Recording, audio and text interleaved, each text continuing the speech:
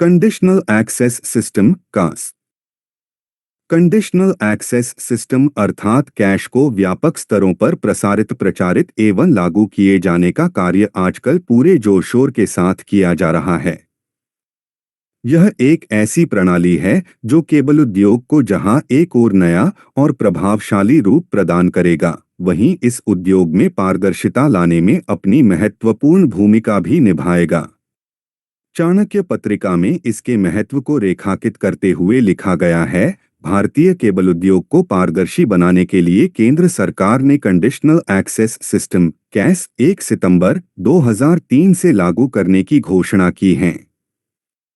Conditional access system television दर्शकों को अपनी पसंद का चैनल चुनने और बेकार चैनलों को छोड़ने की सुविधा देने वाला प्रक्रिया है। दर्शकों अथवा केवल उपभोक्ताओं की सुविधा और उनकी आवश्यकता अनावश्यकता को महत्व देने वाला यह पहला सिस्टम है। इसे आज के समय और समाज की अनिवार्यता मानना चाहिए। आज हान्ना की कैन्स को पूरी तरह से लागू नहीं किया जा सका है, किंतु इसके महत्व को लेकर किसी भी प्रकार का संशय अथवा भ्रांति अवशेप नहीं रहा है। किंतु फिर भी एक लंबे समय तक इस प्रकार की भ्रांति का दौर बना रहा था। चाणक्य पत्रिका ने इसका उल्लेख करते हुए एक स्थान पर लिखा है, इसे लेकर एक ओर सरकार और चैनल प्रसारकों ब्रॉडकास्टरों के बीच द्वंद्व चल रहा था, वहीं दूसरी ओर उपभोक्ताओं में भ्रम की स्थिति बनी हुई थी।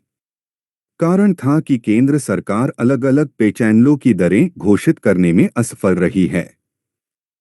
इस विवाद को समाप्त करने के लिए केंद्र सरकार इस संबंध में अब दोहरी प्रणाली लागू करने पर विचार कर रही है। अर्थात जो लोग सेट टॉप बॉक्स नहीं लगाएंगे वे भी पे चैनल पूर्ववत देखते रहेंगे। इस भ्रम की स्थिति से उबरने के लिए सरकार की ओर से काफी स्वस्थ प्रयास किए गए। वस्तुत जिस सिस्टम को कंडीशनल एक्सेस सिस्टम के नाम से जाना जाता है, वह भूमंडलीकरण अथवा उदारवादी युग की एक महान उपलब्धि ही कही जानी चाहिए। इस प्रणाली का एक अति महत्वपूर्ण पक्ष यह है कि इस सिस्टम अथवा प्रणाली के माध्यम से एक टीवी दर्शक को पूर्ण स्वतंत्रता प्राप्त हो जाती है। वह अपनी पसंद के और नापसंद के कार्यक्रमों अथवा चैनलों का चुनाव सहजता से कर पाता है। इसी के साथ इस प्रणाली का एक अन्य महत्वपूर्ण पक्ष यह भी है कि इसने केबल ऑपरेटरों और प्रसारणकर्ताओं की मनमानी को नियंत्रित करने में भी अपनी महत्वपूर्ण भूमिका को सुनिश्चित किया है। चाणक्य पत्रिका ने इसके महत्व को इस प्रकार रेखांकित किया है, यह एक और टीवी दर्शकों को पूर्ण स्वतंत्रता प्रदान करती है, तो दूसरी ओर केबल ऑपरेटरों एवं प्रसारणकर्ताओं की मनमानी से मुक्ति दिलाती है।